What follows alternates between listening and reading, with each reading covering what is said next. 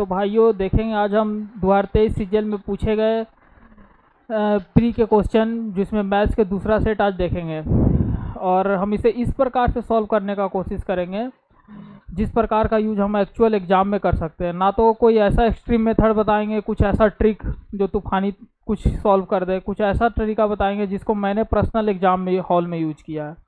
देखेंगे question number पहला number से।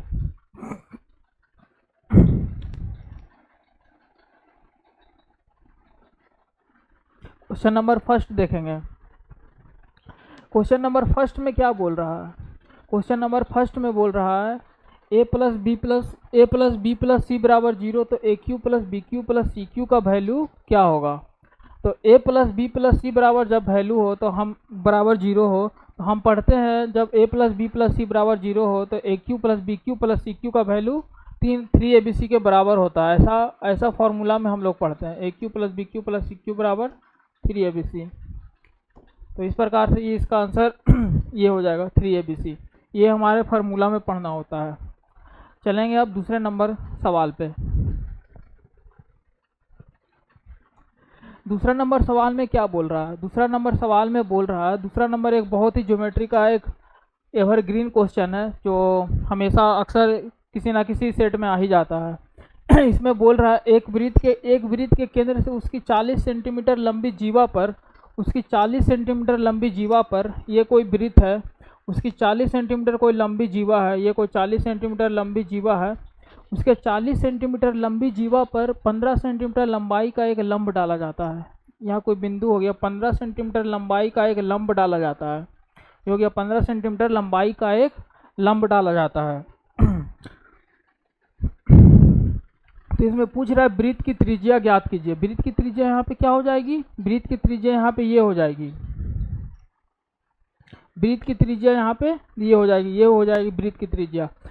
और हमें पता है कि वृत्त के केंद्र से वृत्त की जीवा पर डाली गई लंब वृत्त की जीवा को 2 बराबर भागों में विभाजित करती है। वृत्त के जीवा को 2 बराबर भागों में विभाजित करती है। तो ये इस तरह से इसका वैल्यू 20 हो जाएगा, इसका वैल्यू 20 हो जाएगा। ये पहले से ही 15 सेंटीमीटर है। अब वृत्त के त्रिज्या पर लंब डाली गई है तो ये ऑलरेडी 90 डिग्री होगा। ये 15 सेंटीमीटर, ये 20 सेंटीमीटर। अब कर्ण की लंबाई ज्ञात करनी है। यहाँ पे ये कर्ण हो जाएगा और ये कर्ण ही इस वृत्त की त्रिज्या हो जाएगी। और पाइथागोरस प्रमेय के ट्रिपलेट से जानते हैं 3 4 5 एक ट्रिपलेट होता है। तो यहाँ पे चाहे तो सीधे √20² प्लस 15² करके भी निकाल सकते हैं, बट हमें ऐसे नहीं चलना। हमें हमेशा इस तरह से ट्रिपलेट वाला यूज करना है। 3 4 5 ये हो जाएगा 4 5 20, ये हो जाएगा 3 5 15, इस प्रकार से ये हो जाएगा 5 5 25। यहाँ पर ये हो जाएगा 5 5 25, 5 5 25। इस प्रकार से जो वृत्त की त्रिज्या हो जाएगी 5 5 25 सेंटीमीटर, इसका आंसर हो जाएगा। इस क्वेश्चन में सबसे ध्यान देने वाली बात है कि 40 सेंटीमीटर लंबी एक जीवा है। ये 40 सेंटीमीटर लंबी एक जीवा, इससे 15 सेंटीमीटर लंबाई का लंब डाला जा रहा है जो इसे 2 बराबर भागों में बांटती है। ये 20 हो जाएगा, ये 20 हो जाएगा, ये 20 है, ये 15। अब यहाँ से कर्ण का वैल्यू मतलब त्रिज्या का वैल्यू निकालना है। चलेंगे हम नेक्स्ट वाले क्वेश्चन पे।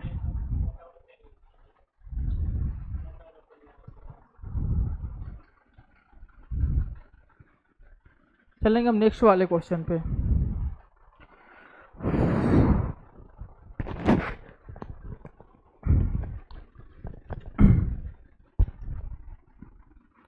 नेक्स्ट वाले क्वेश्चन में क्या बोल रहा है? एक चोर 3 AM पर एक वैन चुराता है, 3 AM पर एक वैन चुराता है और उसे 57 किलोमीटर प्रति घंटे की चाल से चलाता है। 3 AM पर एक वैन चुराता है और उसे 57 किलोमीटर प्रति घंटे की रफ्तार से चोरी करके उसको लेकर भागता है। 4 AM पर, 4 AM मतलब जब चोरी हुआ उसके 1 घंटे बाद, उसके 1 घंटे बाद चोरी का पता चलता है और मालिक 76 किलोमीटर प्रति घंटे की रफ्तार से उसे चेस करता है। मतलब 57 किलोमीटर की रफ्तार से 3 बजे निकला और 4 AM पे 76 किलोमीटर प्रति घंटे की रफ्तार से उसको चेस किया। तो इस प्रकार से जब चेस करेगा तो वो जो मालिक होगा चोर को कितने बजे तक पकड़ पाएगा, ये क्वेश्चन पूछा गया है। अब यहाँ पर समझेंगे, 3 AM पे चोरी हुआ है, 3 AM पे चोरी हुआ है और 4 AM पे मालिक चेस करना स्टार्ट किया है। 3 AM से 4 AM के बीच टोटल 1 आवर टाइम लगा। 1 आवर टाइम में 57 किलोमीटर प्रति घंटे के रफ्तार से चलाया। मतलब ये 57 किलोमीटर 4 बजे 57 किलोमीटर ऑलरेडी चोर जो है चल चुका था। अब यहाँ पे रिलेटिव डिस्टेंस का कंसेप्ट यूज करेंगे। रिलेटिव डिस्टेंस है रिलेटिव स्पीड। 4 बजे सिचुएशन क्या है, हम सारा जो कैलकुलेशन करेंगे यहाँ पे 4 बजे पर करेंगे। यहाँ पे 4 बजे क्या है सीन, 4 बजे सीन यह है कि चोर जो है 57 किलोमीटर ऑलरेडी चल चुका है। चोर 57 किलोमीटर ऑलरेडी चल चुका है। और 4 AM पे ये सीन बन रहा है, 4 AM पे ये सीन बन रहा है कि चोर जो है 57 किलोमीटर प्रति घंटे के रफ्तार से चल रहा है और ऑनर जो है, जो गाड़ी का जो मालिक है, वो 76 किलोमीटर प्रति घंटे के रफ्तार से चल रहा है। तो दोनों के बीच का रिलेटिव डिस्टेंस क्या हो जाएगा, दोनों के बीच का रिलेटिव स्पीड हो जाएगा। जब दो समान दूरी में चल रहा है तो रिलेटिव स्पीड दोनों का डिफरेंस होता है।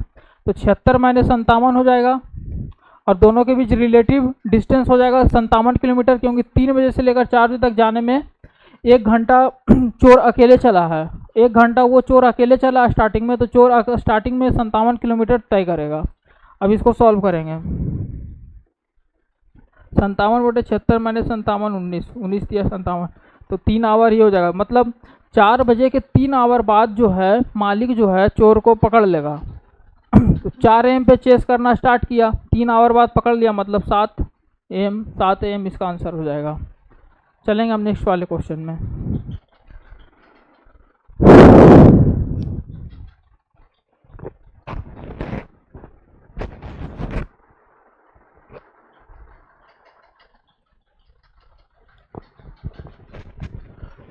नेक्स्ट वाले क्वेश्चन में क्या बोल रहा है, नेक्स्ट वाले क्वेश्चन में बोल रहा है यदि समान ब्याज दर पर 500 रुपये का 4 बरस और 700 रुपये का 2 बरस का साधारण ब्याज मिलाकर 280 रुपये है तो ब्याज की दर कितनी होगी। इसमें बोल रहा है यदि समान ब्याज दर पर 500 रुपये का 4 बरस, समान ब्याज दर पर मतलब 500 रुपये है, इसमें 4 बरस टाइम लिया गया है। आर ये हो गया इसका एसआई का परसेंटेज रेट बटे 100, ये एक SI1 निकाल लिए। दूसरा केस में क्या बोल रहा है, दूसरा केस में बोल रहा है 700 रुपये का 2 बरस, 700 रुपये का 2 बरस गुने R बटे 100। दोनों केस में दोनों केस में समान ब्याज दर, इसलिए यहाँ पे भी R हो जाएगा, यहाँ पे भी R हो जाएगा। ये दोनों मिला के 280 रुपये के बराबर है। अब चलेंगे आगे, इसको सॉल्व करेंगे। आपके कैलकुलेशन बहुत तेज होनी चाहिए एग्जाम में, तभी आप ऐसे ऐसे को तुरंत सॉल्व कर सकते हैं। 100 से 100 कैंसिल, 00 से 00 कैंसिल, 5 का 20R प्लस 7 दूनी 14R, 20R में 14R ऐड कर देंगे, ये हो जाएगा 34R। 34R बराबर 280, R बराबर 280 बटे 34, 140 और 17 दूनी 34, ये हो जाएगा 17 8 36 से 136 4, 140 बटे 17। इस प्रकार से इसका ये आंसर हो जाएगा। बस इस क्वेश्चन में इस तरह का समीकरण बनाना था, दोनों केस में सेम R था, बस इस बात को पॉइंट देने वाली बात है और यहाँ से बाकी सिर्फ कैलकुलेशन है आपका। चलेंगे हम नेक्स्ट वाले क्वेश्चन में। इसमें बोल रहा है यदि एक घन का संपूर्ण पृष्ठीय क्षेत्रफल 24 वर्ग इकाई है, संपूर्ण पृष्ठीय क्षेत्रफल मतलब 6A स्क्वायर बराबर 24 वर्ग स्क्वायर है। A स्क्वायर बराबर क्या हो जाएगा, घन का संपूर्ण पृष्ठीय क्षेत्रफल 6A स्क्वायर होता है, ऐसा हम जानते हैं। 6A स्क्वायर का वैल्यू दिया 24, तो A स्क्वायर का वैल्यू क्या हो जाएगा, 6 का 24 4, यहाँ से A बराबर क्या हो जाएगा 2। अब पूछ रहा है घन का आयतन कितना होगा, तो घन का आयतन बराबर 1 बराबर 2 दूनी 4 दूनी 8, ये हो जाएगा 8 घन इकाई। चलेंगे हम नेक्स्ट वाले क्वेश्चन पे। ये क्वेश्चन बहुत आसान था। Sec square 54 degree minus cot square 36 degree plus 3/2 sine square 37 degree गुने sec square 53 degree plus 2/√3 into tan 60 degree का वैल्यू क्या होगा।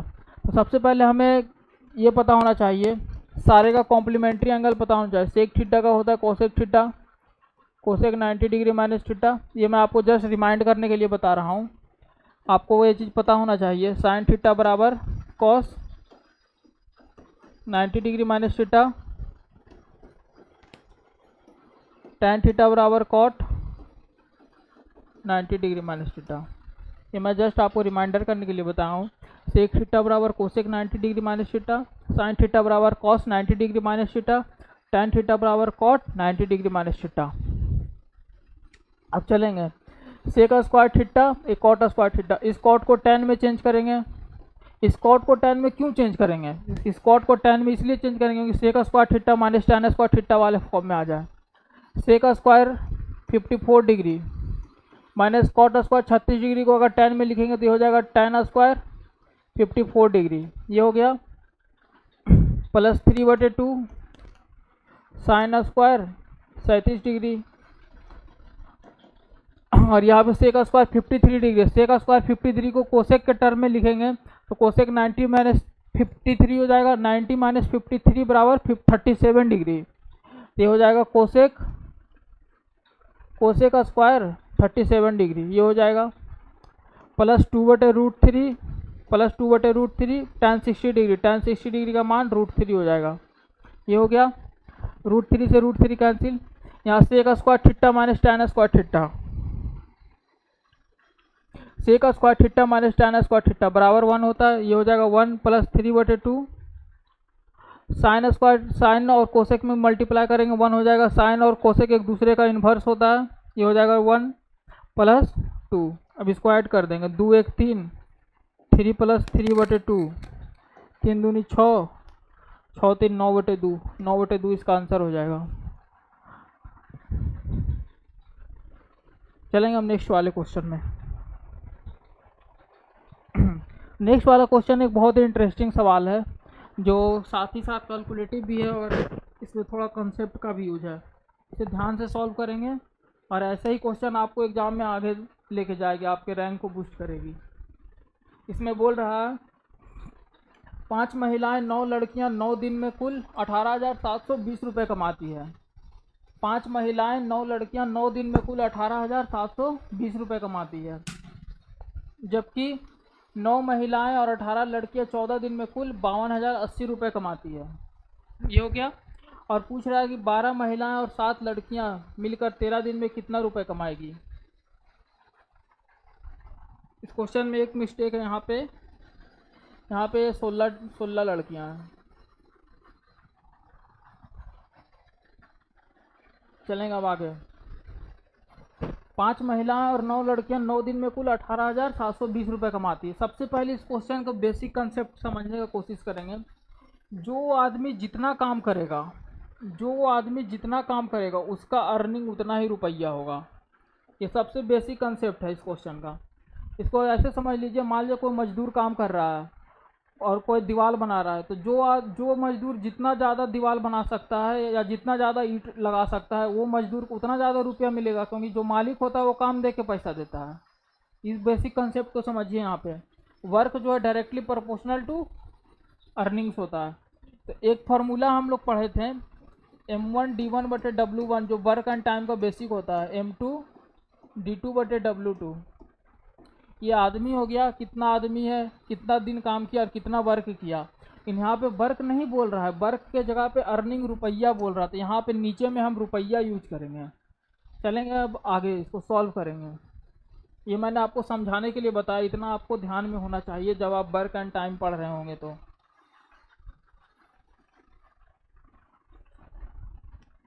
इसमें बोल रहा है 5 महिलाएं 5 वुमेन प्लस 9 गर्ल कितने दिन में, 9 दिन में 18,720 रुपये कमाती है, जबकि 9 महिलाएं प्लस 16 गर्ल 14 दिन में 52,080 रुपये कमाती है। यहाँ से अब इसको सॉल्व करेंगे।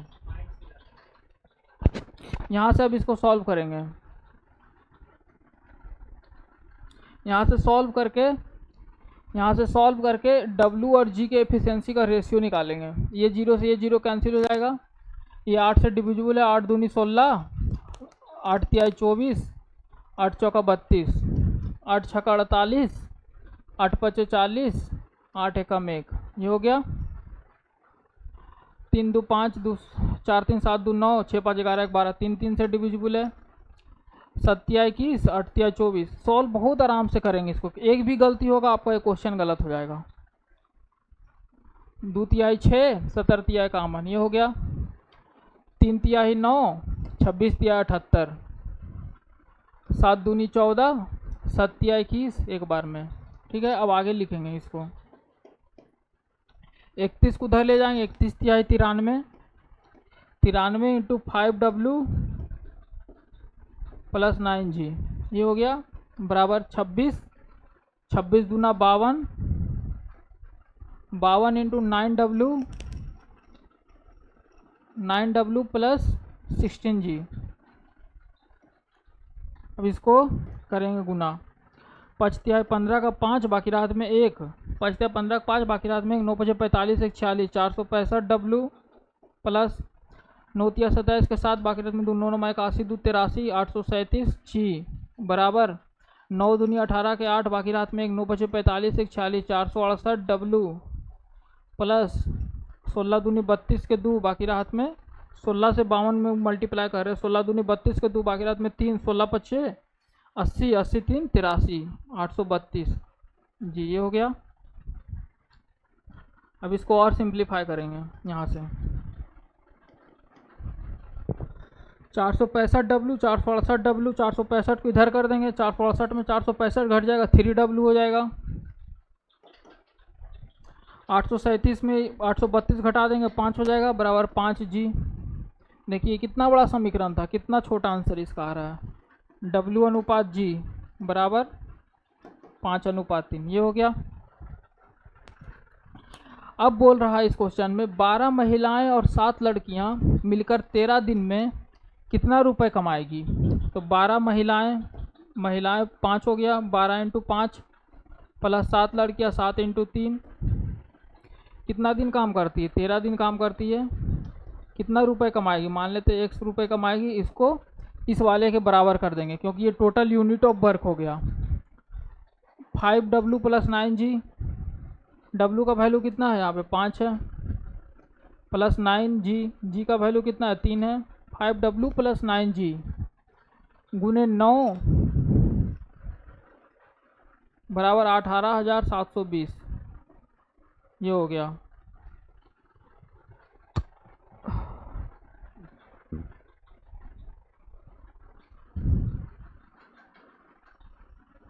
अब इसको सॉल्व करेंगे।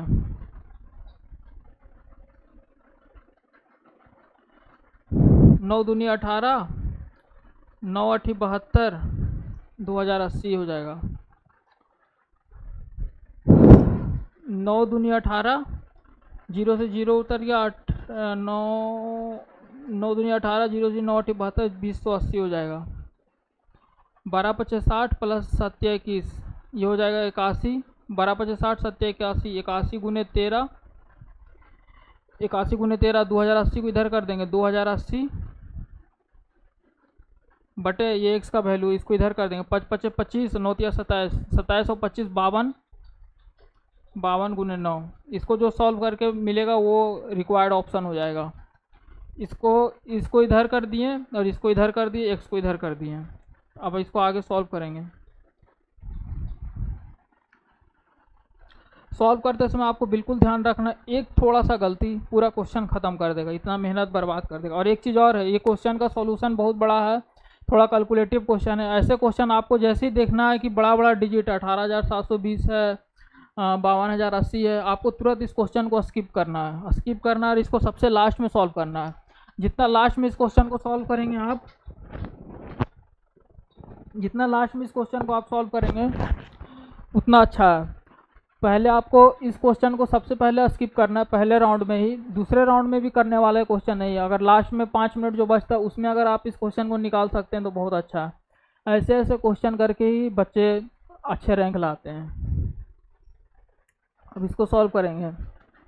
9 9 9 81, ये हो जाएगा 13 चौका 52, हो जाएगा 4 5 20, ये हो जाएगा 4 5 20, 4 दूनी 8, 0।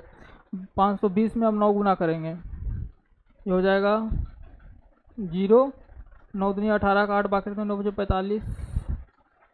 यहाँ पे कहीं मिस हो रहा है।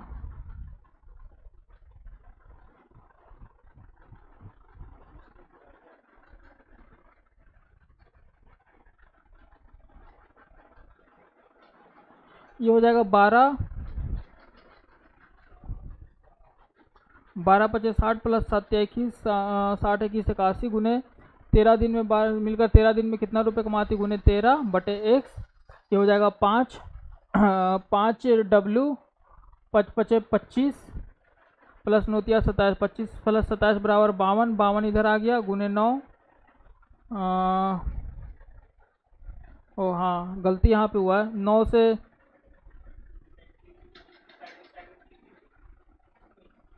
हाँ गलती देखिए यहाँ पे हुआ है। इस 9 से हम इसको डिवाइड कर दिए बट फिर भी यहाँ पे हम 9 से यहाँ पे ये 9 तो इसको डिवाइड कर दिए, यहाँ पे 9 तो पहले ही नहीं आएगा। यहाँ पे गलती हुआ है, इसको मैं फिर से ठीक करूँगा। गलती देखिए कहाँ पे की है, गलती यहाँ पे की है कि ये 9 से पहले इसको काट चुके हैं लेकिन यहाँ पे 9 नीचे ले आए थे। अब इसको करते हैं, ये हो जाएगा 12 50 60 3 81 81 गुने 13 13 गुने 2080 बटे 5 5 25 52 13 चौका 52 13 चौका 52 4 5 20 और 20 चौका 80। अब 520 में 81 गुना करेंगे, 520 में यहाँ पे 81 गुना करेंगे 52 8 दूनी 16 के 6 बाकी रात में 8 पे 40 से 41 8 दूनी 16 के 6 बाकी में 8 पे 40 से 41। ये हो जाएगा 2 6 5 11 42 120 इसका आंसर हो जाएगा।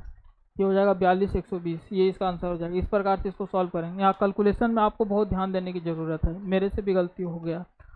चलते हैं हम अगले वाले क्वेश्चन में। डी जो है ट्रायंगल एबीसी में बीसी का मध्य बिंदु है और एंगल ए बराबर 90 डिग्री है। एक सिंपल सा क्वेश्चन है, बस आपको ज्योमेट्री का ये तरीका पता होना चाहिए। इसमें बोल रहा है एंगल ए बराबर 90 डिग्री है, ये एंगल ए है, ये बी मान लिए, ये सी मान लिए, एंगल ए बराबर 90 डिग्री है। ए डी का वैल्यू क्या होगा? इसमें जो है डी बी सी का मध्य बिंदु है, डी जो है बी सी का मध्य बिंदु है, ये बराबर ये है। अब यहाँ पे ध्यान देंगे, डी बी सी का मध्य बिंदु है।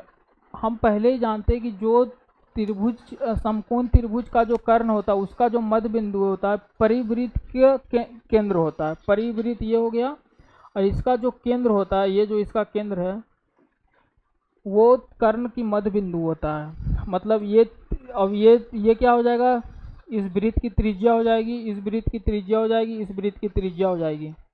इसका मतलब मेरे पास जो है ए डी बराबर डी सी बराबर बी डी है। अब DC और BD बराबर है, DC और BD बराबर है तो BC बराबर, तो BC बटे 2 बराबर लिख सकते हैं BD।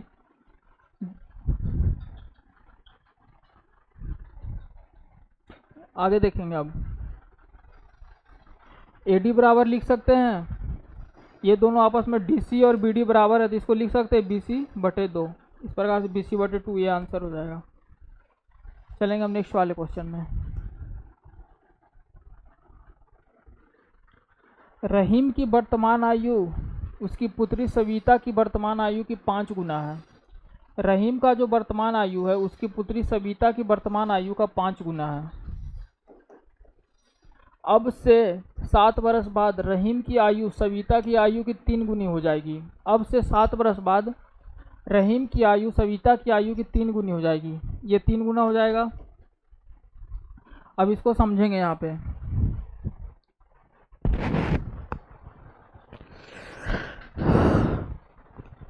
पे इसको समझेंगे।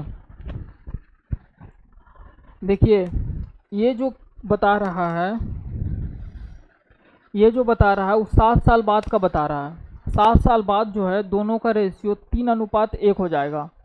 7 साल बाद दोनों का रेशियो जब 3:1 हो जाएगा, इसका मतलब साफ है कि यहाँ से भी जो बढ़ेगा वो 7 साल बढ़ेगा, यहाँ से भी जो बढ़ेगा वो 7 साल बढ़ेगा। तो गौर करने वाली बात यह है कि दोनों केस में 7-7 साल बढ़ रहा है, लेकिन रेशियो में तो ये 2 बढ़ रहा है।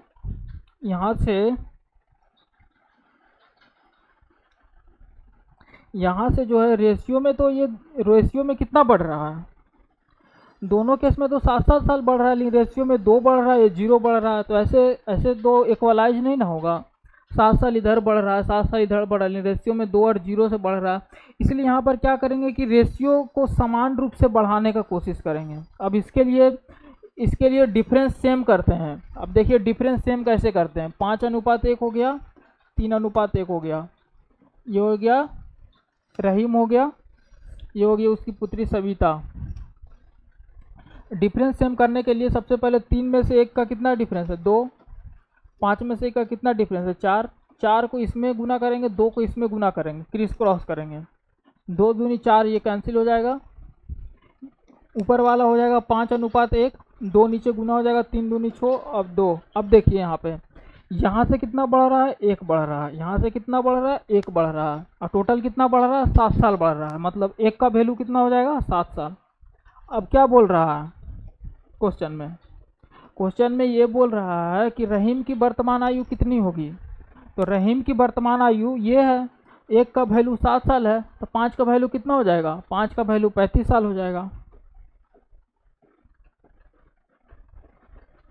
5 का वैल्यू 35 साल हो जाएगा, और 35 साल आंसर। इसको आप x मान के भी बना सकते हैं, बट आपको रेशियो से कोशिश करनी चाहिए ताकि एग्जाम में जल्दी से जल्दी आप हल निकाल सकें। चलेंगे हम नेक्स्ट वाले क्वेश्चन पे। यहाँ पे अधिक नहीं है। पी क्यू से 2 गुना कुशल है। पी क्यू से 40 दिन कम समय में एक काम को पूरा करने में सक्षम है। एक साथ काम करते हुए काम पूरा करने में उसके द्वारा लिए गए दिनों की कुल संख्या क्या होगी।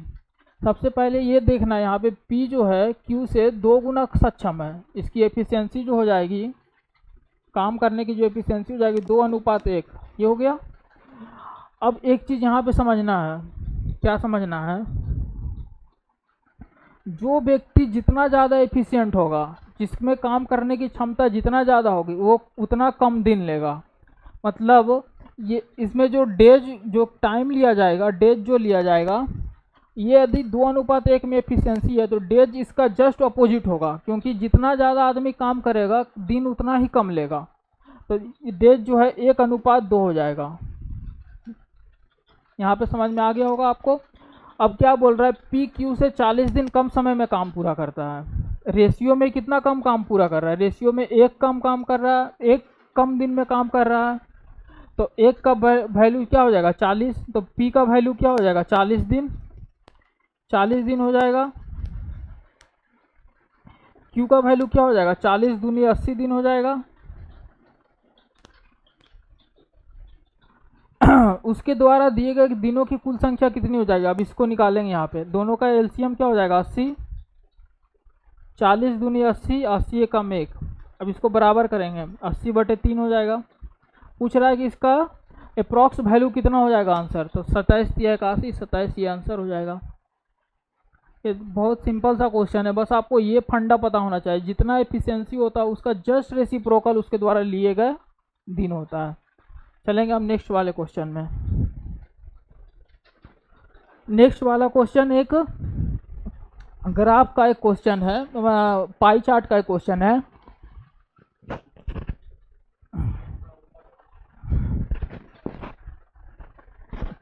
नेक्स्ट वाला क्वेश्चन जो है पाई चार्ट का एक क्वेश्चन है। पाई चार्ट के क्वेश्चन में क्या बोल रहा है, पाई चार्ट के क्वेश्चन में बोल रहा है जिल्दसाजी पे 30% खर्च किया है, छपाई पे 25% खर्च किया है, अलग अलग पे 10% खर्च किया, रॉयल्टी पे 15%, कागज पे 20% खर्च किया है। नेक्स्ट वाले क्वेश्चन में ये बोल रहा है, नेक्स्ट वाले क्वेश्चन में ये बोल रहा है कि जिल्दसाजी और छपाई पर किए गए व्यय को दर्शाने वाले पाई चार्ट के कोणों के बीच का अंतर याद करें। जिल्दसाजी और छपाई, जिल्दसाजी पे 30% खर्च कर रहा है, जिल्दसाजी पे जो है 30% खर्च कर रहा है, छपाई पे 25% खर्च कर रहा है। तो पाई चार्ट के कोनों का बीच का अंतर ज्ञात करें। 30% में से 25% गया, कितना हो गया, 5%।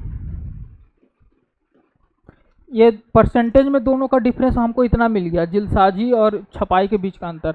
अब बोल रहा है कि कोनों में कितना अंतर हो जाएगा। ये तो परसेंटेज में अंतर हो गया, अब पूछ रहा है कोनों में कितना अंतर होगा। तो हमको पता है कि ये पूरा 100% है। 100% जो है इस पर 360 डिग्री का एंगल बनाता है। 100% जो है 100% जो है यहाँ पे 360 डिग्री का एंगल बनाता है। 100% 360 डिग्री का एंगल बनाता है, तो 5% कितना एंगल बनाएगा। तो इसको रेशियो मेथड से लगाएंगे यहाँ पे 360/100 गुने 5, 0 से 0 कैंसिल, 5 दूनी 10, 18 दूनी 36 बराबर 18 डिग्री बनाएगा। इस प्रकार से 18 डिग्री ये आंसर हो जाएगा।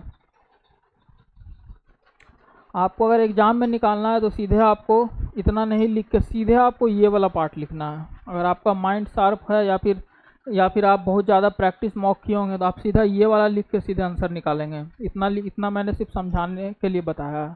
चलेंगे आगे वाले क्वेश्चन में। ये क्वेश्चन इजी है। 7 और 112 का मध्य समानुपाती क्या होगा। मध्य समानुपाती के लिए हम जानते हैं दोनों का स्क्वायर रूट निकालते हैं। 7 गुने 112। अब देखिए यहाँ पे बहुत सारा होगा, सब अलग अलग स्टूडेंट का अलग अलग लेवल। जो सबसे नया होगा या फिर फ्रेशर होगा या फिर वैसा लड़का जो अभी ज़्यादा प्रैक्टिस नहीं किया होगा, वो सबसे पहले इसको इससे गुना करेगा फिर स्क्वायर रूट निकालेगा, जो कि बिल्कुल गलत तरीका है। ये 7 है, आपको यहाँ पे दिखना चाहिए कि 112 को हम 16 गुने 7 के फॉर्म में लिख सकते हैं। ये हो जाएगा 16 गुने 7, 16 7 बरियोता से। ऐसा इसलिए लिखे, इस तरह से लिखे ताकि आराम से हम स्क्वायर रूट निकाल सकें। इसको स्क्वायर के फॉर्म में लिखें और आराम से स्क्वायर रूट इसको निकाल सके। इस प्रकार से इसे लिखना है। ये 7 बाहर आ जाएगा, 16 का स्क्वायर रूट 4 बाहर आ जाएगा, 7 चौका 28। ये हो जाएगा इसका आंसर, ये हो जाएगा। इस क्वेश्चन में हम क्या देखें, इस क्वेश्चन में हम ये देखें कि 112 को डायरेक्ट 7 से गुना नहीं करना है। 112 को डायरेक्ट 7 से गुना नहीं करना है, इसको 112 को 16 गुने 7 के फॉर्म में लिखना है। ये आपको टाइम के साथ रहते रहते पता चलेगा। 112 को तुरंत 116 गुने 7 के फॉर्म में लिखें ताकि आप तुरंत स्क्वायर रूट निकाल सके इजीली। आप अगर 112 को 7 में गुना करेंगे फिर उसके बाद फिर इसका स्क्वायर रूट निकालेंगे तब तक बहुत टाइम लग जाएगा, जबकि ये मुश्किल से 10 सेकंड का क्वेश्चन है। चलेंगे अगले वाले क्वेश्चन में। अगला वाला क्वेश्चन एक इंटरेस्टिंग क्वेश्चन है। 75 किलोमीटर के एक वृत्ताकार साइकिल ट्रैक के परिता एक दौड़ में 2 साइकिल सवार 30 किलोमीटर प्रति घंटा 25 किलोमीटर प्रति घंटे की चाल से साइकिल चला रहे हैं। 30 किलोमीटर प्रति घंटा और 25 किलोमीटर प्रति घंटे की रफ्तार से साइकिल चला रहे हैं। कितने समय के बाद वो उस बिंदु पर मिलेंगे जहां से उन्होंने अपनी यात्रा शुरू की थी। सबसे पहले इस क्वेश्चन में क्या है कि 75 किलोमीटर तय करना है एक 30 किलोमीटर प्रति घंटे के रफ्तार से जब चल रहा है, तो पहला वाला जो टाइम लेगा और दूसरा वाला बंदा जो टाइम लेगा, अब दोनों टाइम जब लेगा तो अलग अलग टाइम लेगा, तो दोनों अलग अलग बार मिलेगा। लेकिन एक पॉइंट पे जब प्रारंभिक बिंदु पर कब मिलेगा, प्रारंभिक बिंदु पर वो तब मिलेगा जब दोनों के टाइम का एलसीएम निकालेंगे तो वो उसका प्रारंभिक बिंदु होगा। अब इस कंसेप्ट को यूज करेंगे। 75 किलोमीटर के एक वृत्ताकार साइकिल ट्रैक है, एक दौड़ में 2 साइकिल सवार 30 किलोमीटर प्रति घंटा ले रहा है। तो 75 तो पहला वाला बंदा कितना टाइम लेगा, तो 75 किलोमीटर है, 30 किलोमीटर प्रति घंटा का रफ्तार से हो गया, इतना टाइम लेगा। दूसरा वाला बंदा 75 किलोमीटर से है और 25 किलोमीटर प्रति घंटे के रफ्तार से चल रहा है, इतना टाइम लेगा। 15 × 5 = 75, 15 दूनी 30, ये हो जाएगा 5/2, 25 × 75। अब दोनों का एलसीएम लेना है, तभी हमको पता चल पाएगा कि वो किस बिंदु पर मिलेंगे, प्रारंभिक किस बिंदु पर मिलेंगे जहां से उन्होंने यात्रा शुरू की थी। अब इसका एलसीएम निकालना, एलसीएम 5/2, 3, इसको 1 ऐसे लिख सकते हैं।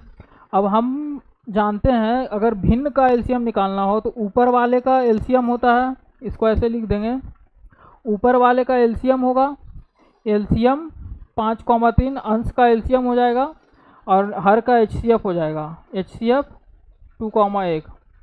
5 और 3 का एलसीएम कितना हो जाएगा, 15। एचसीएफ 2 और 1 का एचसीएफ कितना हो जाएगा, 1, 15। इसका 15 इस प्रकार से आंसर हो जाएगा।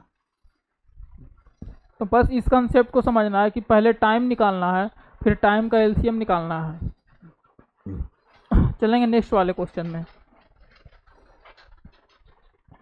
एक कोई चुनाव है जिसमें मतदाता सूची में नामांकित 2% व्यक्तियों ने वोटिंग में भाग नहीं लिया। 2% व्यक्ति जो है वोटिंग में भाग लिया ही नहीं था, बाकी 500 वोट अवैध थे। जो मान लीजिए 100 व्यक्ति था, 2 व्यक्ति भाग नहीं लिया, बाकी 98 व्यक्ति भाग लिया। 98 व्यक्ति में भी 500 व्यक्ति का वोट अवैध घोषित हो गया। अब बोल रहा है 2 उम्मीदवार ए और बी चुनाव लड़े। 2 उम्मीदवार ए और बी चुनाव लड़े, ए बी को 200 वोट से हरा दिया। अब मतदाता सूची में नामांकित व्यक्तियों में से 43% ने ए के पक्ष में वोट दिए। यहाँ पे एक लैंग्वेज में क्या ट्विस्ट है, लैंग्वेज में ये ट्विस्ट है कि नामांकित व्यक्तियों में से 43% जो है ए के पक्ष में वोट दिया। अब ये बोल रहा है पूरा 100 में से 43% जो है ए के पक्ष में वोट दिया। तो दिए गए कुल वोटों की संख्या कितनी है? सबसे पहले यहाँ से आराम से देखेंगे। मान लीजिए टोटल 100% वोट है। इस मतदाता सूची में 2% व्यक्तियों ने वोटिंग में तो भाग लिया ही नहीं है, मतलब 2% वोटिंग में भाग लिया ही नहीं है। बाकी कितना भाग लिया होगा? 98%। 500 वोट जो है उसमें से अवैध घोषित हो गए। अब जो 98% भाग लिया उसमें से 500 जो है अवैध घोषित हो गए। 500 अवैध घोषित हो गए। अब क्या बोल रहा है, 2 व्यक्ति ए और बी दोनों चुनाव लड़े, ए बी को 200 वोट से हरा दिया। ए जो है बी को 200 वोट से हरा दिया, इसको साइड में लिख लेंगे। ए जो है बी को 200 वोट से हरा दिया।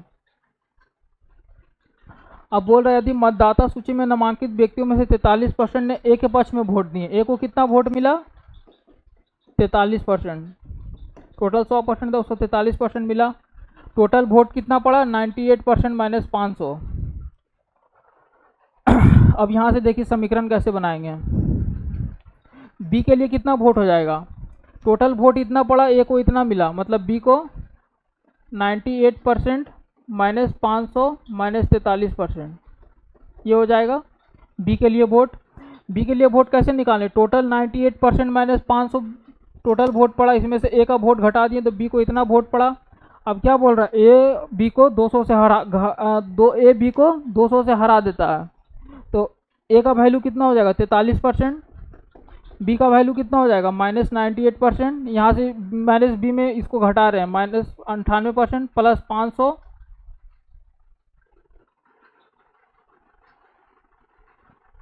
प्लस, एक मिनट, इसको पहले सॉल्व कर लेंगे। 98% में से 43% गया, 8 में से 3 गया 5, 9 में से 4 गया 5, 95% माइनस 500। अब चलेंगे ए बी को, ए माइनस बी बराबर 200, ए बी को 200 वोट से हरा रहा है, तो 43%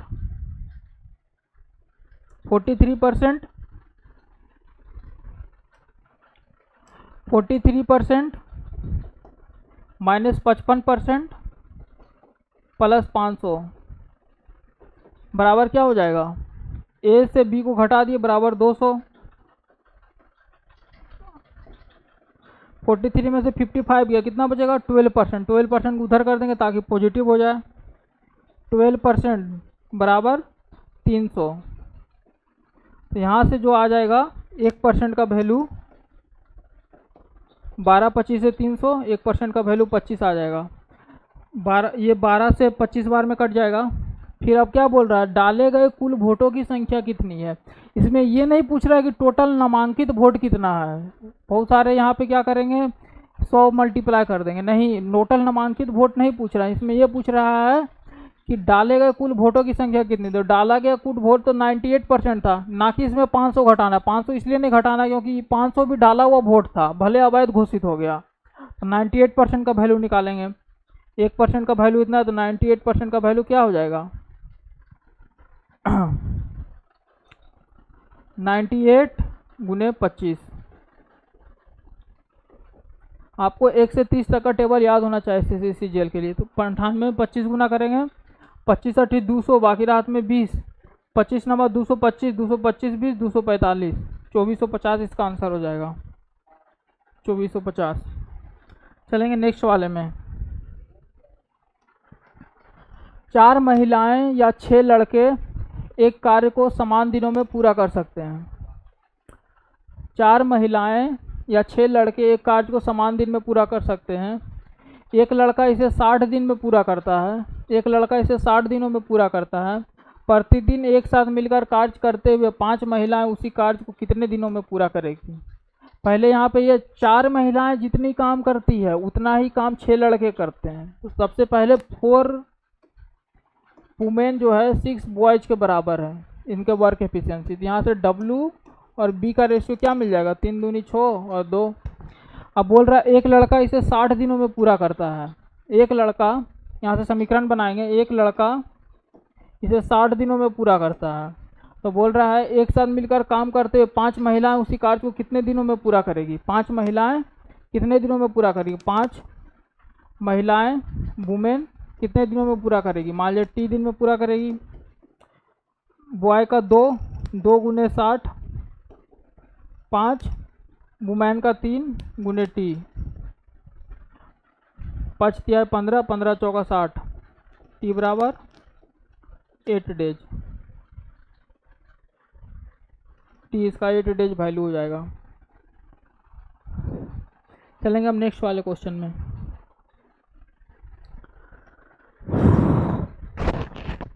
नेक्स्ट वाला क्वेश्चन में क्या बोल रहा है? नेक्स्ट वाला क्वेश्चन को आप एक बार खुद से सॉल्व करिएगा। कुछ देर में मैं फिर नेक्स्ट वाला क्वेश्चन बता रहा हूँ, ये वाला क्वेश्चन बता रहा हूँ।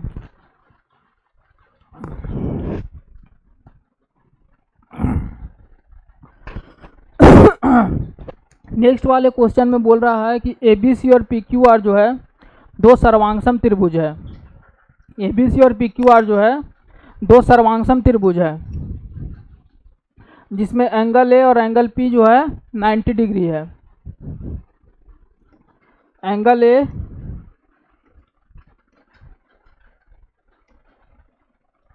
जिसमें एंगल A और एंगल P ये क्या है?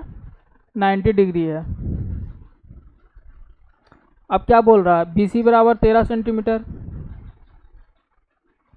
BC बराबर 13 सेंटीमीटर, PR बराबर 5 सेंटीमीटर, PR बराबर 5 सेंटीमीटर, PR बराबर 5 सेंटीमीटर। हम जानते हैं कि जब 2 ट्रायंगल सर्वांगसम होती है तो दोनों का साइड का मान बराबर, कोरेस्पोंडेंट साइड का वैल्यू बराबर होता है, कोरेस्पोंडेंट एंगल का वैल्यू बराबर होता है। तो ये 5 सेंटीमीटर है, ये भी 5 सेंटीमीटर हो जाएगा। इसका बराबर ये अब पूछ रहा है कि AB का वैल्यू क्या होगा? तो सिंपल सा पाइथागोरस ट्रिपलेट यूज करेंगे, 5 12 13, 5 12 13, तो इससे AB का वैल्यू 12 आ जाएगा। AB बराबर 12 सेंटीमीटर, ये आंसर हो जाएगा। इसमें सबसे इम्पोर्टेंट चीज़ जो है सर्वांगसम का आपको मतलब पता होना चाहिए। सर्वांगसम मतलब जब 2 त्रिभुज, ये हमारे ज्योमेट्री में पढ़ना, जब 2 ट्रायंगल सर्वांगसम हो तो उसकी भुजाएं बराबर होती है, कोरेस्पोंडेंट भुजाएं। चलेंगे अब आगे वाले में, नेक्स्ट वाले क्वेश्चन में। नेक्स्ट वाला क्वेश्चन वैसे दिखने में बड़ा है, आप चाहें तो इसको पहले राउंड में स्किप कर सकते हैं, लेकिन सेकंड राउंड में इसको आपको सॉल्व करना हो, क्योंकि दिखने में भले बड़ा है बट ये क्वेश्चन सॉल्व किया जा सकता है। एक इलेक्ट्रॉनिक स्टोर मालिक प्रत्येक वस्तु पर 20% और 25% की 2 क्रमिक छूट प्रदान करता है। जो ग्राहक के स्टोर से पिछली खरीदारी पर ग्राहक के खाते में जमा किए गए, स्टोर में एक जो है रिकॉर्ड पॉइंट स्कीम है, जो ग्राहक को स्टोर से पिछली खरीदारी पर ग्राहक के खाते में जमा किए गए प्रत्येक एक रिकॉर्ड पॉइंट पर 0.10 रुपये की मुफ्त खरीदारी करने में सक्षम बनाती है। मतलब एक रिकॉर्ड पॉइंट पे उसे 0.10 रुपये का मुफ्त मिलता है। एक ग्राहक एक लैपटॉप खरीदने का फैसला करता है जिसका अंकित मूल्य 72,000 रुपये है। अंकित मूल्य जो है 72,000 रुपये है, अंकित मूल्य 72,000 रुपये है। अब क्या बोल रहा है कि इसका निवल विक्रय मूल्य, इसका विक्रय मूल्य क्या होगा? सबसे पहले 72,000 रुपये है, तो 72,000 रुपये है और इस पर 2 क्रमिक छूट दिया जा रहा है, 2 क्रमिक छूट दिया जा रहा है, 20% का छूट दिया जा रहा है। तो इसको देखिए ऐसे लिखेंगे, 20% को लिख सकते हैं 1/5, 20/100 1/5। 1/5 मतलब 5 का कोई वैल्यू है तो उसको 1 छूट दिया जा रहा था, जब 1 छूट दिया जाएगा तो कितना बचेगा? 4/5। ये आपको डायरेक्ट लिखना है एग्जाम में। 25% का फिर छूट दिया जा रहा है, 25% को लिख सकते हैं 1/4। 1/4 लिख रहे हैं मतलब 4 रुपये का कोई वस्तु है उस पर 1 छूट दिया जा रहा है, मतलब कितना पे बेचा जा रहा है? मतलब 3 पे बेचा जा रहा है, तो इसको 3/4 लिख देंगे। ये आपको डायरेक्ट लिखना एग्जाम में, ऐसे ये वाला नहीं लिखना है। ये हो गया। 4 से 4 कैंसिल हो जाएगा, 5 720, 14 5 70, 4 5 20, 00। हाँ, 14×5 = 70, 4×5 = 20, 0 0 ठीक है।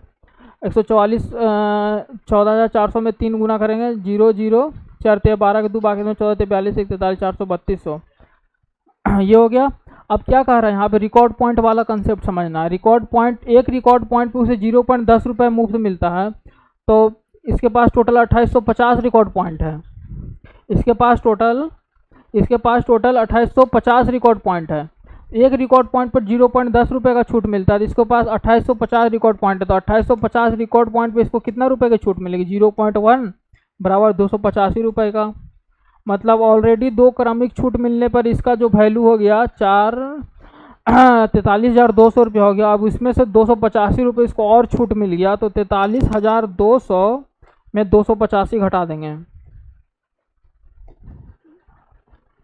ये हो जाएगा 15, और 11 में से 2 गया 9, ये 42,915, ये हो जाएगा इसका आंसर। चलेंगे नेक्स्ट वाले क्वेश्चन में। 32 रुपये प्रति लीटर की कीमत वाले दूध में किस अनुपात में पानी मिलाया जाए ताकि 28 रुपये प्रति लीटर वाला मिश्रण प्राप्त हो। 32 रुपये प्रति लीटर वाला कोई मिश्रण है, 32 रुपये प्रति लीटर वाला कोई मिश्रण है। मान लेते हैं इसमें कि 100 यूनिट इसमें दूध था, 100 यूनिट जो था इसमें दूध था 32 रुपये वाले मिश्रण में। अब इसको बोल रहा है कि इसमें क्या मतलब पानी मिला दें। 100 में मान लीजिए कि 1 सम पानी मिला दिए, 100 में अगर हम 1 पानी मिला दिए तो अब इस मिश्रण का दाम 28 रुपये हो जाता है। लेकिन हमको एक चीज़ इसमें समझना है, पानी की यहाँ पर कीमत हमेशा मिश्रण वाले सामान में पानी की कीमत 0 मानी जाती है। तो इसका मतलब जो इसका टोटल वैल्यू होगा वही इसका टोटल वैल्यू होगा, क्योंकि पानी की कीमत 0 है और दूध तो दोनों में उतना ही है।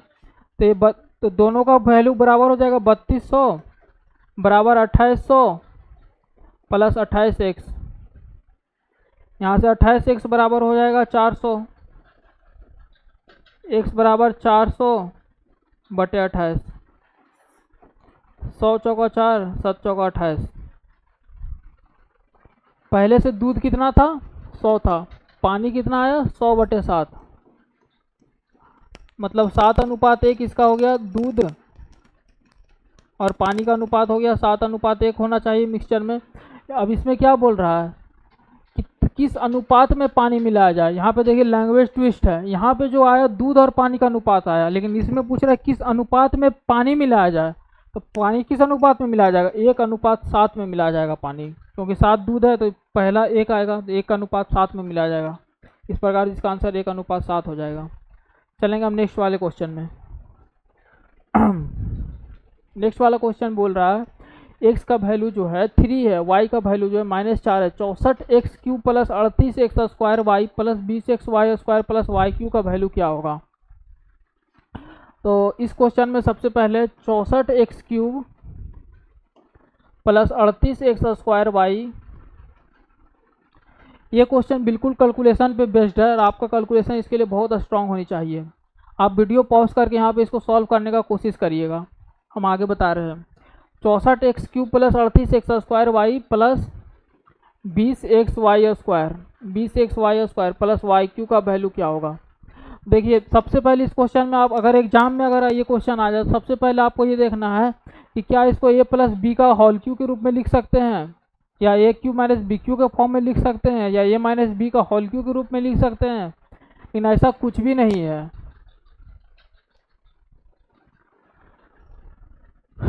इसको शायद 4x³ प्लस, इसको तोड़ सकते थे a प्लस बी का होल क्यू के रूप में।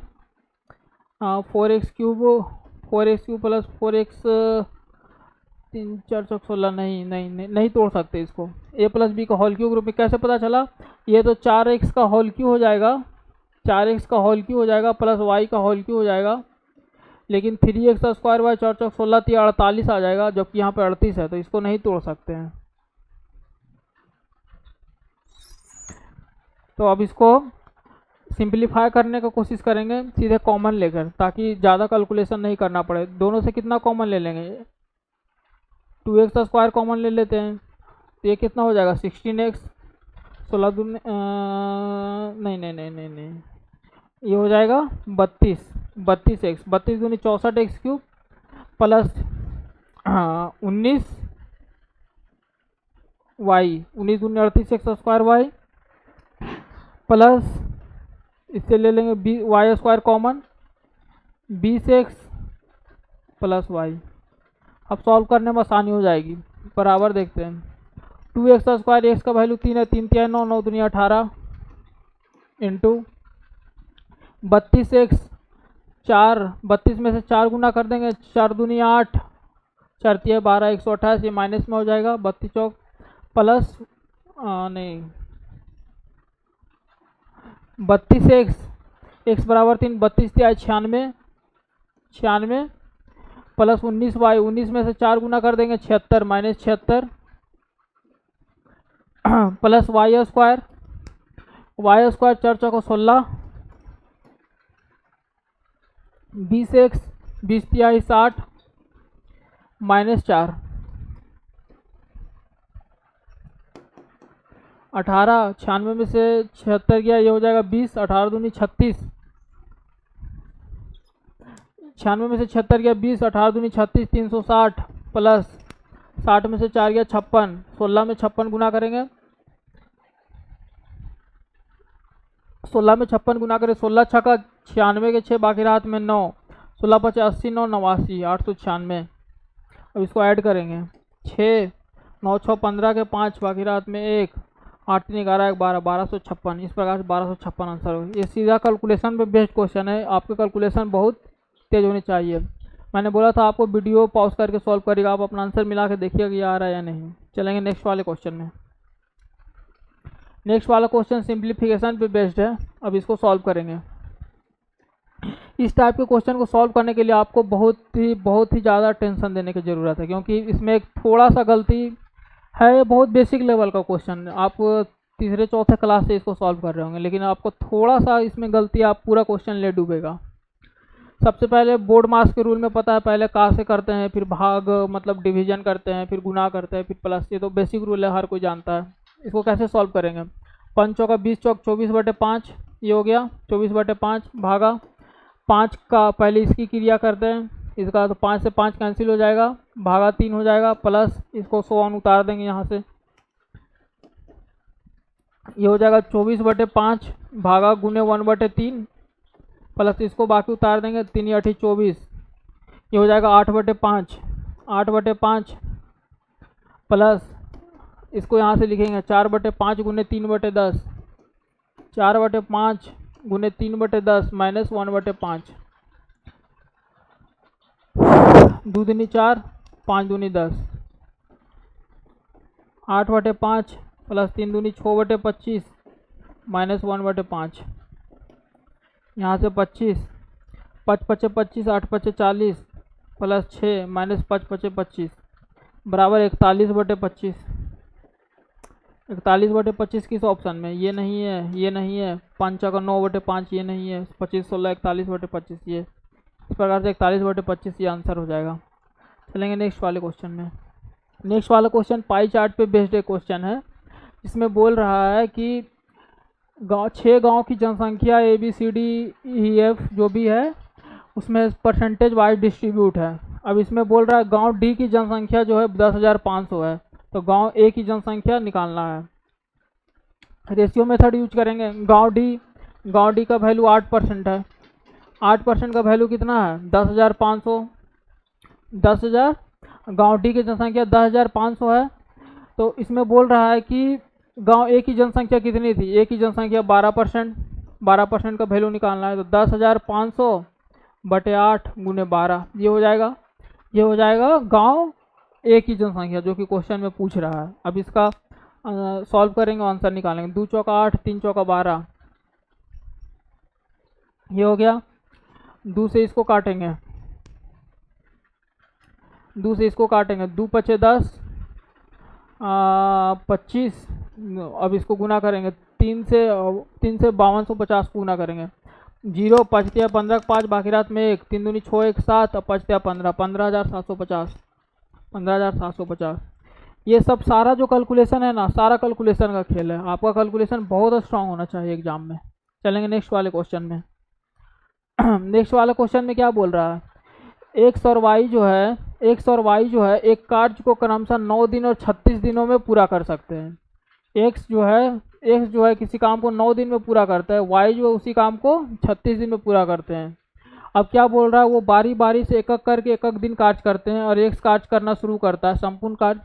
देखिए ये अल्टरनेट वाला यहाँ पे है, बारी बारी से वो लोग काम करना शुरू करते हैं।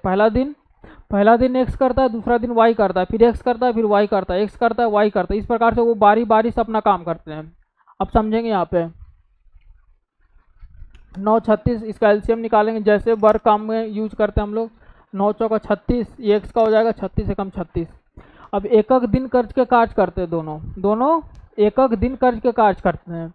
मतलब पहला दिन एक्स करेगा, दूसरा दिन वाई करेगा, फिर अगला दिन एक्स करेगा, फिर वाई करेगा। तो 2 दिन में 5 काम होता है, 2 दिन में 5 काम होता है।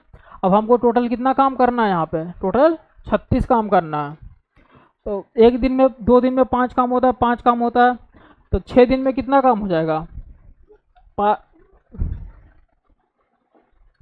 2 दिन में 5 काम हो रहा है, 2 दिन में 5 काम हो रहा है, अगला 2 दिन में 5 काम हो रहा है। इस प्रकार से अगर 5 को 6 बार में 30 काम हो जाएगा, 6 बार में 30 काम हो जाएगा। बट 2 दिन में 5 काम हो रहा है, तो 30 काम होने में 12 दिन लग जाएगा, 12 दिन लग जाएगा 30 काम में। यहाँ पे समझिएगा 5 दिन में 2 काम हो रहा है, फिर अगला 2 दिन में 5 काम हो रहा है, 5 यूनिट काम हो रहा है, अगला 2 दिन में फिर 5 यूनिट काम हो रहा है, तो 30 यूनिट काम होने में 12 दिन लग जाएगा। अभी भी 30 यूनिट काम होने के बाद हमारे पास 6 यूनिट काम और है, 6 यूनिट काम और है। और फिर से एक्स स्टार्ट करेगा, एक्स जब करेगा तो फिर 4 यूनिट काम कर देगा, तो 4 यूनिट काम कर देगा, तो 12 दिन की जगह अब 13 दिन हो गया। तो एक दिन एक्स ले लिया, बाकी कितना बचा, 2 यूनिट बाकी बचा। 13 दिन अब तक लग चुका है, 13 दिन अब तक लग चुका है, बाकी बचा 2 यूनिट। अब अगला दिन वाई करेगा तो एक दिन और लग गया, 14 दिन हो जाएगा। 14 दिन हो जाएगा तो अब एक और इसमें घटा देंगे, अब बचा 1 यूनिट। अब 1 यूनिट काम जो है फिर एक्स करेगा, एक्स जो है एक दिन में 4 यूनिट करता है, तो 1 यूनिट काम करने में वो 1/4 टाइम लेगा। 14 दिन अब तक हो चुका था और 1/4 टाइम एक्स लिया। इस प्रकार से जो आंसर हो जाएगा 14.1/4 हो जाएगा, 14.1/4 ये आंसर हो जाएगा। यहाँ तक तो सही है, यहाँ तक तो आप कर लेंगे, लेकिन यहाँ से आपको समझना है कि यहाँ पे दिन वाइज कैलकुलेट करना है। यहाँ पे जो है दिन वाइज कैलकुलेट करना आपको।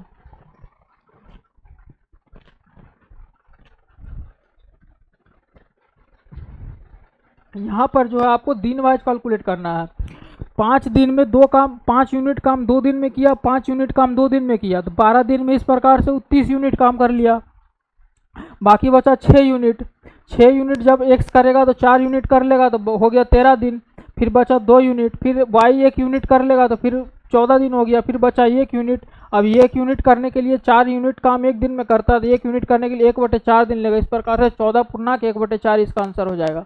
अब इस क्वेश्चन के बाद चलेंगे नेक्स्ट वाले क्वेश्चन में।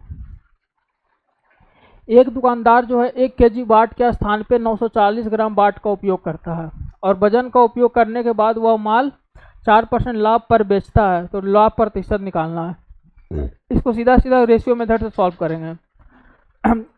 जब भी वाट का क्वेश्चन हो तो रेशियो मेथड में कम वाले को पहले लिखना है, 940 1000। इस प्रकार से इसका प्रॉफिट कैलकुलेट होगा। वह माल को 4% लाभ पर बेचता है, 4% लाभ पर बेचता है मतलब 100 104, ये हो जाएगा 25 चौका 100, 26 चौका 104। एग्जाम में आपको 100 104 नहीं लिखना, सीधे 25 और 26 लिखना। आपके पास इतना प्रैक्टिस होना चाहिए कि आप सीधे 4% को 25 और 26 लिख दें। अब इसको यहाँ से सॉल्व करेंगे, ये 0 से ये 0 कैंसिल हो जाएगा। 94 अनुपात 100, 25 अनुपात 26, 25 चौका 100, 2 दूनी 4,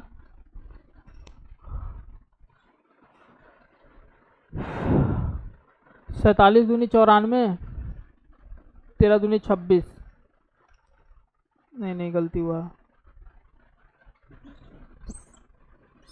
ये हो जाएगा 94/100, ये हो जाएगा 25/26, 25 चौका 100, 47 दूनी 94, 13 दूनी 26, हो जाएगा 47, ये दोनों गुना 13 चौका 52। अब इसको परसेंटेज में निकाल लेंगे। 47 में 52 कितना बढ़ा, 5/47 गुने 100 गुने 100, ये हो जाएगा 500/47। अब इसको दशमलव के 2 अंक तक सही वैल्यू निकालना है, तो यहाँ पे डिवाइड कर लेंगे। 4700 भागा 500, 47 एकम 47, 3 जीरो उतर गया, यहाँ पे जीरो उतर गया, दशमलव देंगे 0, 47 7 6 चौका 24, 7 चौका 28, 7 बार में नहीं 6 बार में लगेगा, 7 छक्का 42 के 2 बागिरात में 4, 6 चौक 24, 4 28, लगभग 10.6 ये इसका आंसर होगा। चलेगा हम नेक्स्ट वाले क्वेश्चन में। निम्नलिखित का मान निकालिए। sin 65 cos 25, ये इजी क्वेश्चन है। मैंने बताया था कि साइन और कॉस जो एक दूसरे का कॉम्प्लीमेंट्री एंगल के एक दूसरे के कॉम्प्लीमेंट में होते हैं, मतलब साइन थीटा जो होता है कॉस 90 डिग्री माइनस थीटा के बराबर होता है। दोनों का मतलब एक दूसरे कॉम्प्लीमेंट्री होते हैं। तो इस क्वेश्चन को आप सॉल्व करेंगे। ये हो जाएगा sin 25 cos 65, cos 25 को लिख सकते हैं sin 65, एक मिनट, ये हो जाएगा sin 25 sin 65, cos 25 को लिख सकते हैं sin 65, क्योंकि cos 25 sin 90 degree minus 25 degree, sin 90 degree minus 25 degree sin 65 degree. उसी तरह से cos 65 डिग्री को लिख सकते हैं sin 25 sin 25। ये वाला टर्म बराबर है, तो दोनों बराबर घट के 0 हो जाएगा। बस इसको यहाँ पे समझना। चलेंगे नेक्स्ट वाले क्वेश्चन में। यहाँ पे गुना है, cos 36 डिग्री प्लस है इंटू cos 36 डिग्री माइनस है प्लस cos 54 डिग्री प्लस है इंटू cos 54 डिग्री माइनस है। सबसे पहले इसको क्या करेंगे देखेंगे हम। सबसे पहले अगर इस प्रकार से दो टर्म है cos a cos b plus cos a cos b, तो सबसे पहले एक फार्मूला हमको पता होना चाहिए, cos a प्लस b बराबर cos a cos b minus sin a sin b, cos a minus b बराबर cos a cos b plus sin a sin b। ये वाला फार्मूला हमें पता होना चाहिए। अब इसको इस सहारे से सॉल्व करेंगे। ये हो जाएगा cos 36 degree plus a cos 36 degree minus a plus, इसको साइन में चेंज करेंगे, sine 90 degree minus 54 degree minus है, sine 90 degree minus 54 degree minus a हो जाएगा साइन 36 डिग्री माइनस है, साइन 36 डिग्री माइनस है, कॉस 54 डिग्री माइनस है, sine 90 degree minus 54 degree minus minus plus है बराबर 36 डिग्री प्लस है। अब देखिए यहाँ पे इस टर्म को अगर हम x मान लेते हैं, इस टर्म को अगर y मान लेते हैं, तो cos x into cos Y, देखिए एक फॉर्मूला पढ़ना है, cos x माइनस वाई बराबर क्या होता है, cos x cos y plus sine x sine y। ये ट्रिग्नोमेट्री में पढ़ना है। अब देखिए यहाँ पे cos x ये हो गया, y ये हो गया, इस प्रकार से y ये हो गया, x ये हो गया, तो cos ये वाला फार्मूला यूज करेंगे, cos ये हो गया ना, cos x plus into cos y plus sine x into sine y, तो cos x माइनस वाई, तो cos x minus y, x क्या हो जाएगा 36 plus a minus y minus 36 plus a, कट जाएगा 36 से 36 बराबर cos 2a। इस प्रकार से cos 2a इसका आंसर हो जाएगा। इस क्वेश्चन में सबसे पहले दो तरह का दिमाग यूज करना। एक ये है कि cos x माइनस वाई आपको दिखते के साथ कि यहाँ पे 2 cos है, यहाँ पे 2 cos है, तो इसको 2 साइन में चेंज करेंगे, तो इस प्रकार का जो फार्मूला होता है cos x plus minus y में होता है, cos x प्लस वाई में होता है। आपको देखते के साथ इस क्वेश्चन को ये फार्मूला दिमाग में स्ट्राइक करना चाहिए। फिर cos 54 को साइन में चेंज करेंगे, इसके लिए कॉम्प्लीमेंट्री एंगल वाला यूज करेंगे 90 डिग्री में घटाकर, इस प्रकार इसका cos 2a आंसर आएगा। इस प्रकार से बच्चों 25 क्वेश्चन मैंने सॉल्व किया और आपको इसी तरह से एग्जाम में सॉल्व करना है। मैंने डिटेल में समझाया, आपको इतना डिटेल में एग्जाम में नहीं लिखना। आप एग्जाम में जितना कम लिखेंगे आपका, और जितना ज़्यादा माइंड कैलकुलेशन करेंगे, उतना ज़्यादा आपका एग्जाम में जल्दी क्वेश्चन फास्ट सॉल्व होगा।